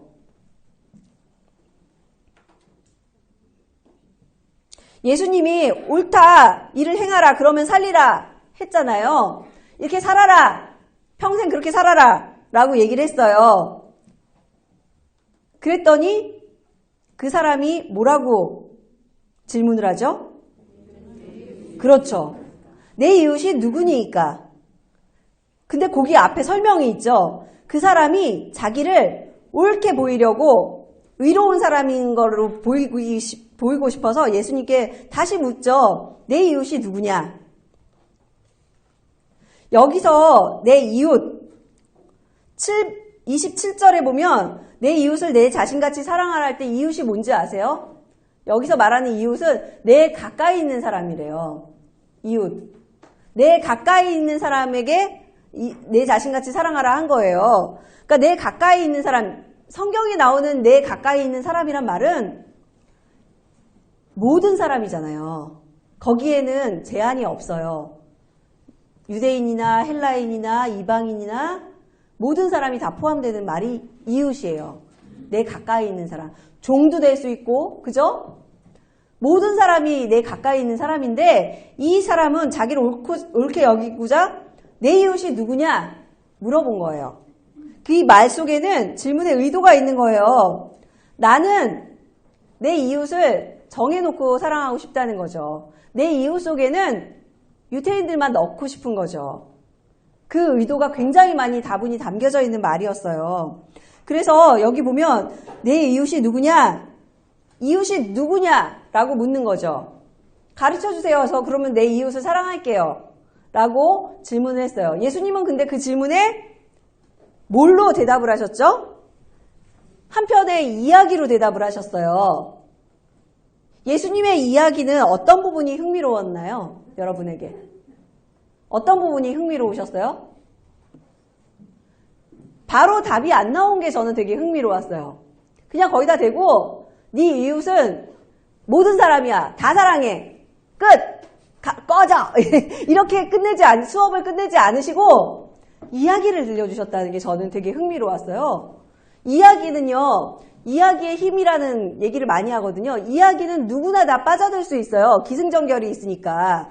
이야기는 어른이나 애나 다 좋아하는 게 이야기라는 방식이거든요. 예수님은 이야기라는 방식으로 질문에 답을 하시는데 굉장히 이 사람의 의도를 파악하고 이 이야기를 해주시는 거죠. 이 사람은 내 이웃은 내가 생각하는 한정적인 범위만을 이웃으로 생각하고 싶은 거예요. 그런데 예수님은 뭐라고 얘기하시냐면 어떤 사람이 예루살렘에서 여리고로 내려가다가 강도를 만났대요.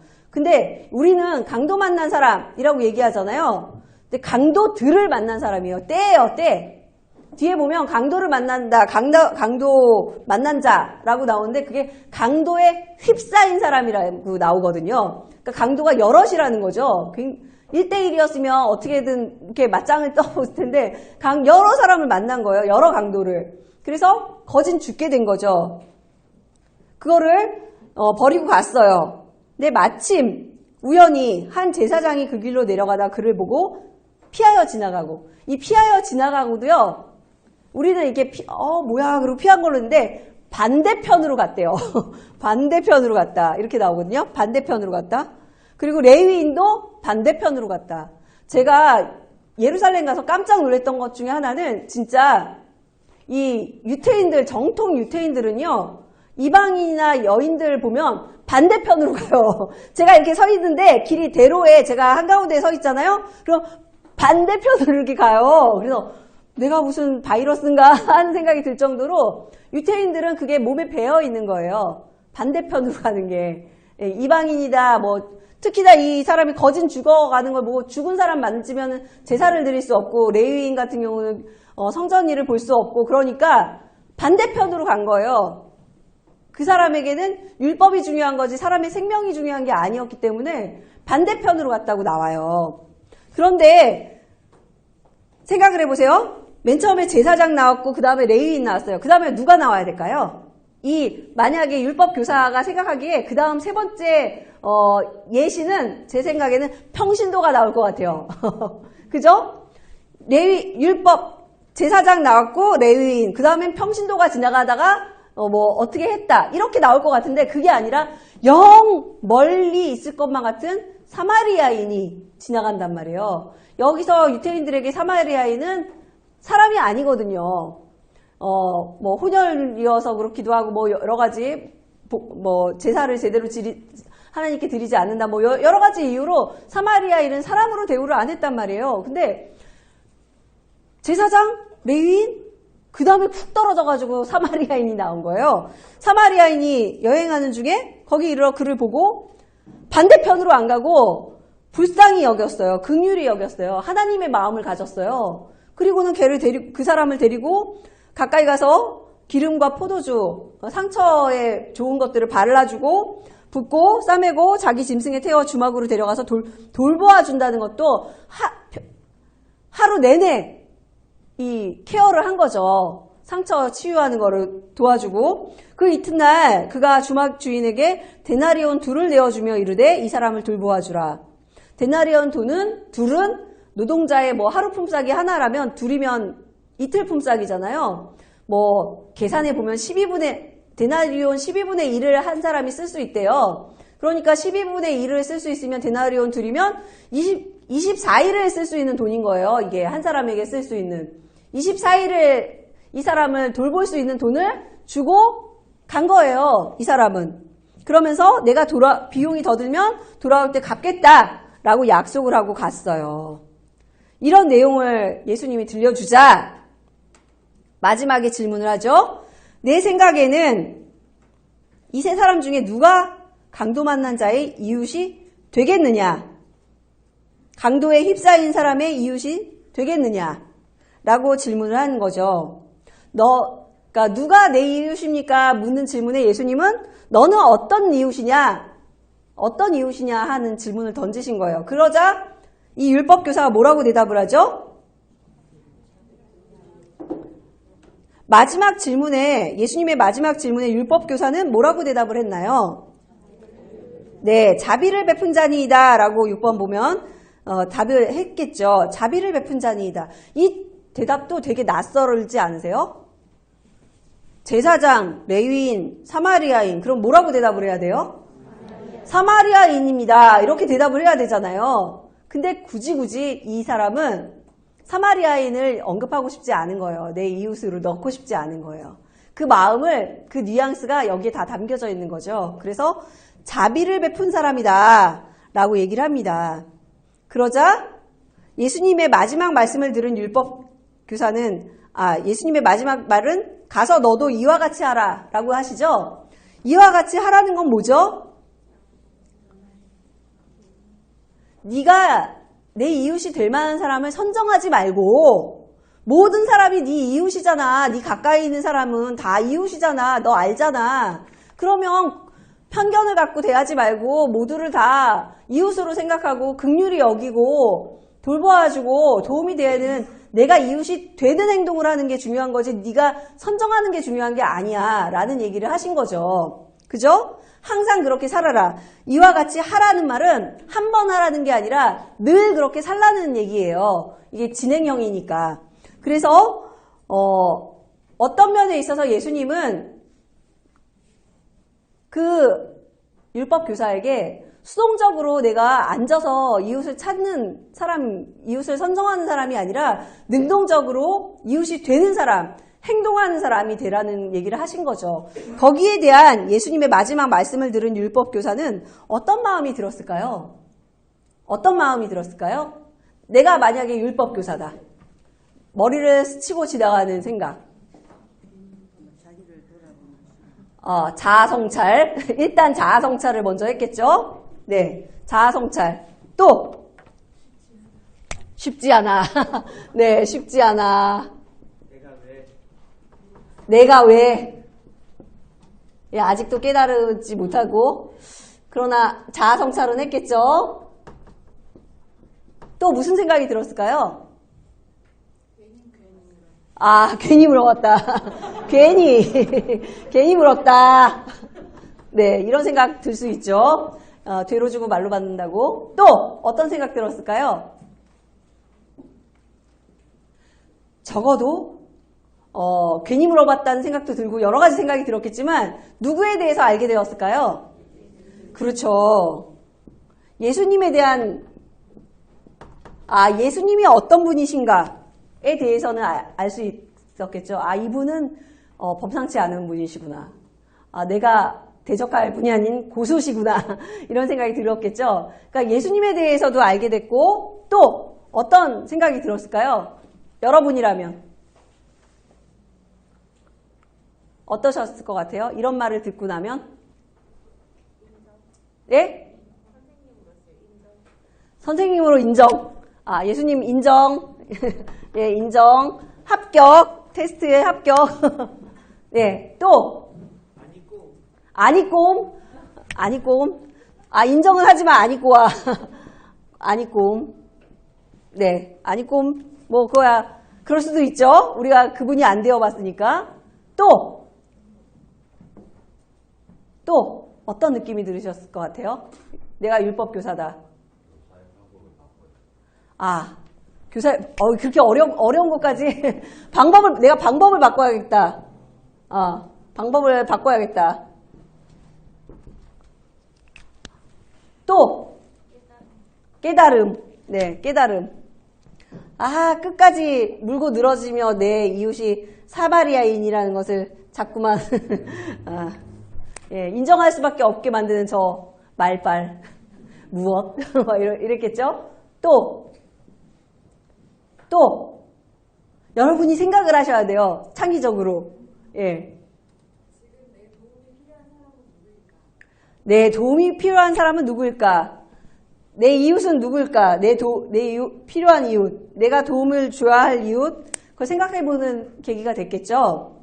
이렇게 정말 다양한 생각을 가질 수가 있어요. 이 본문을 접할 때 우리는 예수님의 교육 방법을 생각한다면 여기서 여러분도 모두가 다 신학자가 될 수 있다는 얘기가 있습니다. 그만큼 모두가 다 생각하면 창의적인 것들을 끄집어낼 수가 있어요. 저는 여기서 한 5가지 정도를 생각을 했어요. 첫 번째는요. 예수님의 교육 방법에서 대화와 질문이 살아있는 이 대화가 굉장히 원활하게 이루어지는 이 교육에서 이 율법 교사는 정말 많은 걸 배웠겠죠. 그죠? 내가 율법 교사였다면 다양한 정말 5만 가지 감정이 다 내 안에서 소용돌이가 쳤을 것 같아요.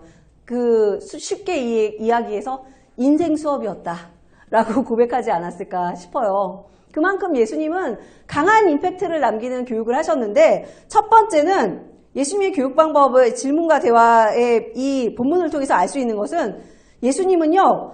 학습자에 대한 정확한 이해가 있으셨다는 거예요. 학습자. 우리는 질문을 하면요. 질문의 내용에 집중을 하고 얘가 또 왜 나한테 이런 질문을 하지? 이런 생각을 먼저 해요. 그런데 중요한 건 학습자를 먼저 이해하는 거예요. 어떤 아이 같은 경우는 정말 궁금해서 질문을 하기도 하고 그 질문 이면에는 나를 좀 알아달라는, 나를 좀 이해해달라는, 내 이야기를 들어달라는 그런 마음도 있거든요. 그리고 어떤 아이는 진짜 엉뚱발랄해서 그냥 지나가는 듯이 말하는 경우도 있고요. 그러니까 그 아이가 뭘 원하는지, 어떤 상황에서 이 질문을 하는지 학습자에 대한 정확한 이해가 있었다는 거예요. 예수님은 언제나 학습자에 대한 정확한 이해를 갖고 계시거든요. 나다나엘을 부르신 예수님을 생각해 보세요. 예수님은 그에게 너가 무화과 나무 아래에서 있던 것을 보았다. 관찰하고 이해하고 아셨거든요. 학습자를. 왜 그 당시에 무화과 나무 아래에 앉아 있다는 것은 말씀을 묵상한다는 거랑 거의 비슷한 말이거든요. 하나님 말씀을 묵상할 때 무화과 나무 잎이 넓으니까 시원한 그늘 아래에서 말씀을 묵상하고 말씀을 읽고 그랬대요. 그러니까 네가 무슨 고민하는지 난 알고 있어 라는 대답이기도 하고, 나는 너를 알고 있어, 네 마음을 안단다 라는 말이기도 하고, 그러니까 학습자가 내가 이해받고 있을 때 그때 학습자의 입도 열리는 거거든요. 마음이 열리고. 그래서 예수님은 학습자에 대한 정확한 이해를 갖고 계셨다. 그걸 먼저, 그래서 우리가 질문을 받을 때 두려워하지 마시고 그 학습자를 정확하게 이해하고 그 사람의 마음을 이해하는 게 필요하다. 두 번째, 우리는 되게 두려워요. 사실은 애들이 질문하는 게. 근데 예수님은 질문을 두려워하지 않으셨어요. 질문을 두려워하지 않으셨어요. 왜냐하면 질문이 어떤 의미인지를 아셨기 때문에 그래요. 이 사람이 질문을 한다는 것은 학습이 일어날 수 있는 최적의 상황이다. 아싸! 잘됐다. 이거죠, 사실은. 아이가 질문을 한다? 아, 또 힘들게 하네. 이게 아니라 아싸! 얘가 드디어 이제 배울 준비가 됐구나. 학습에 있어서 준비도가 되었다는 거예요. 질문을 한다는 것은. 얘가 받아들일 준비가 되었다. 아이들이, 제가 만약에 미키마우스 옷을 입고 왔어요. 그러면 애들이 질문을 하겠죠. 사모님, 왜 미키마우스 옷을 입고 왔어요? 질문을 하겠죠. 아싸! 잘됐다. 제가 새빨간 옷을 입고 왔어요. 사모님, 왜 오늘 빨간 옷을 입으셨어요? 물어보겠죠. 아싸! 빨간 옷을 입은 이유는 고난주간이라서 예수님의 구혈의 피를 생각하기 위해서 입었단다. 설명할 수 있잖아요. 그죠? 또 제가 파란 옷을 입었어요. 왜 파란 옷을 입었을까요? 질문할 수 있어요. 애들이 질문한다는 것은 학습에 준비가 됐다는 거예요. 그렇기 때문에 질문을 두려워하지 말으셔야 돼요. 거기에 우리는 100% 완벽한 답을 줄 수는 없어요. 예수님이 아니니까 우리는. 그죠? 예수님은 이 사람이 왜 왔는지, 이 사람이 어떤 사람인지, 이 사람이 무슨 말 할지 계획이 다 있으셨어요. 그러나 우리는 계획이 없잖아요. 애들이 질문하면 당황하잖아요. 그런데 일단 먼저는 두려워하지 않으셔야 돼요. 그게 굉장히 중요한, 아이의 질문이 시작되는 것은 학습의 준비가 됐구나. 이걸 받아들여 주시는 게 되게 중요하다. 그 다음에 세 번째, 저는 이 본문을 볼 때마다 예수님이 학습자의 대답에 굉장히 적절히 반응하셨다는 것을 봅니다. 반응. 우리가 대답하는 것도 중요하지만 반응하는 것도 되게 중요해요. 표정으로, 말로, 추임새로 반응하는 게 되게 중요해요. 듣고 있다는 거, 경청하고 있다는 자세거든요, 그게. 예수님은 자기가 잘난 체 하려고 율법교사가 성경이 이렇게 써있거든요 라고 답을 다 얘기했어요. 답정너라고 그러잖아요. 답은 정해져 있고 너는 인정만 하면 되는 거잖아요. 명답을 했어요. 그랬을 때 예수님은 거기에 대해서 알면서 왜 그래? 그대로 해! 라고 얘기하지 않고 오우, 옳도다. 네가 잘 대답했어. 완벽해. 정말 잘 대답했어. 라고 칭찬이잖아요, 사실은. 칭찬하고 격려하고 좋은 질문에 좋은 답이었어. 너가 잘 알고 있구나. 라고 얘기하시는 거예요. 거기에 대한 적절한 반응. 이게 굉장히 중요하다는 거예요. 애가 예수님은 왜 다 아시면 3번 부인할 거 아시면서 왜 그러셨을까요?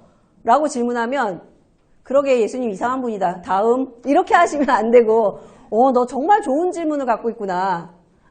네가 그런 질문을 할 수 있다는 건 네가 그래도 성경에 대해서 생각하고 있었다는 거고 그런 질문을 갖고 있다는 건 관심이 있다는 거니까 너무 뿌듯하구나. 내가 교사로서 너를 가르쳤다는 건 정말 영광이구나. 막 이렇게 얘기해주면 애가 참 좋아하겠죠. 그리고 실제로 정말 좋은 질문이고요. 그런 신학적인 질문을 한다는 것 자체가 한국 상황에서는 나오기 되게 힘든 거예요.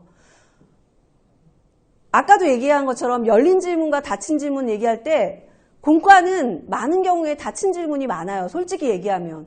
왜냐하면 짧은 시간 안에 끝내야 되니까 닫힌 질문이 많단 말이에요. 그러다 보면 얘기가 진전이 되지 않고 끝날 때가 많은데 우리보다 굉장히 오랫동안 기독교 국가로서 있었던 독일 같은 경우는 청소년기가 되면 거의 신학자 수준으로 토론을 합니다. 제가 답을 안 쓴 게 있어요. 앞장에서. 뭐를 안 썼냐면 하브루타에 대한 거예요. 하브루타 7번 보셨나요? 7번은 보시면 하브루타는 탁월한 학습 방법이 아니다 라고 제가 써놨죠. 제가 10년이 넘게 전부터 이 하브루타를 알고 있었어요. 그런데 그때 당시에도 이미 10년이 넘게 전에도 하브루타를 어떻게 활용을 했냐면 학습 방법으로 많이들 활용을 했어요. 제가 고척동 출신인데 고척동은 잘 몰라도 옆에 목동은 많이 아세요. 왜냐하면 목동은 교육의 메카, 공부 제일 많이 시키는 대로 유명하거든요. 대치동과 함께. 그런데 저희 교회 집사님 중에 한 분이 목동에서 대박이 나신 분이 계셨어요. 하브루타 교육 방법으로 논술을 하셨어요. 그래가지고 진짜 많이 버셨거든요. 근데 저는 그걸 보면서 굉장히 안타까웠어요. 왜냐하면 하브루타가 원래 기원이 애들 공부시키려고 만든 게 아니거든요. 하브루타는 원래 하브루타라는 뜻이 친구라는 뜻이거든요. 동료, 친구 이런 뜻인데 그게 뭐냐면 1대1로 친구와 서로 대화를 하면서 공부를 하는 거예요. 그런데 여기서 영어 공부, 수학 공부를 하고 뭐 수학을 서로 가르쳐주고 그게 아니라 원래는 하나님 말씀, 특히나 모세 오경 이거를 서로 대화하면서 질문하고 대화하는 이런 게 바로 하브루타의 방법이라는 거예요. 그래서 거기 보시면 원래 하나님 말씀에 대해 토론하는 것에서부터 출발하였다. 하나님의 말씀에 대한 토론이 하브루타라는 거예요. 그래서 신앙교육은요, 지식이 쌓이는 게 아니라 생각이 쌓이는 것을 목표로 한다는 걸 우리가 생각해야 돼요. 지식이 쌓이는 게 아니라 생각이 쌓이는 거. 그래서 정답을 주는 게 아니라 생각하게 하는 거. 그게 중요한 거예요. 하브루타에서. 그래서 탈무드는요. 사실은 하브루타 방법으로 나온 이야기가 탈무드예요. 거기 보면 탈무드 얘기에 그런 거 되게 많이 나오잖아요. 어떤 사람이 랍비에게 찾아왔다. 그래서 뭘 질문을 했다. 그래서 랍비가 세를 어떻게 하고 이런 얘기 많이 들어보셨죠. 그게 다 사실은 하브루타 방법으로 말씀을 묵상하고 나온 거예요. 그러니까 사실은 이 말씀에 대해서 우리가 질문을 갖고 생각하게 하고 거기에 대해서 적절히 반응해주고 그럴 때 아이들은 끊임없이 생각이 자라난다는 거예요. 그리고 네 번째로 예수님의 교육 방법 중에 탁월한 부분은 이야기로 가르쳐 주셨다는 거예요. 우리가 적절한 답이 생각이 안 날 때가 있어요. 그러면 뭐라고 얘기해야 되죠? 나도 잘 모르겠다. 또는 너는 어떻게 생각하니? 이렇게 솔직하고 담백하게 질문하거나 대답해 줄 필요도 있어요. 그리고 거기에 대해서 같이 이야기를 나눌 필요가 있고 예수님은 어떻게 생각하는지 말씀 속에서 찾아볼 필요가 있고 그래서 이야기로 쉽게 설명하셨다는 부분을 우리가 똑같이는 할 수 없지만 답을 이야기로 만들어서 할 수는 없지만 성경 말씀을 찾아서 함께 고민하면서 얘기 나눌 수가 있어요. 그리고 다섯 번째, 제일 중요한 거. 예수님은 절대로 단답식으로 답을 주시지 않아요. 잘. 스스로 답을 내릴 수 있도록 도와주셨다. 스스로 답을 내릴 수 있도록. 우리의 인생은요. 예수님이 절대로 너 이렇게 해라. 예수님 이 직장에 갈까요? A 직장 갈까요? B 직장 갈까요? 부채도사가 아니세요. 그죠? 이렇게 할까요? 저렇게 할까요? 이게 아니라 생각하게 해요. 너는 어떻게 생각하니? 너에게 정말 원하는 것은 무엇이니? 너의 대답을 원하시거든요. 그리고 바른 대답을 이끌어내시는 분이 예수님이시기 때문에 우리도 그런 차원에서 스스로 답을 내릴 수 있도록 두려워하지 마시고 긴장하지 마시고 질문하실 때 얘가 학습의 준비가 됐구나. 내적인 동기가 찼구나. 우리의 관계가 좋구나. 그래서 엄마한테 질문하지 않고 나한테 질문하는구나. 이렇게 생각하시면 되고 내가 엄마인데 나한테 질문한다? 관계 굉장히 좋으신 거예요. 그래서 항상 이 질문과 대화에서 자세로 바른 자세로 아이를 대할 때 그 아이는 답을 듣지 않아도 충분히 만족할 수 있다는 것을 우리는 생각해 주시면 좋겠고 그런 의미에서 예수님이 참 좋은 교사셨다. 예수님의 방법을 우리가 충분히 생각하면서 올 한 해 우리 아이들의 엉뚱발랄하고 창의적인 질문에 당황하지 마시고 행복한 신앙교육, 행복한 신앙의 성숙 있기를 바랍니다. 이상으로 마치겠습니다. 수고하셨습니다.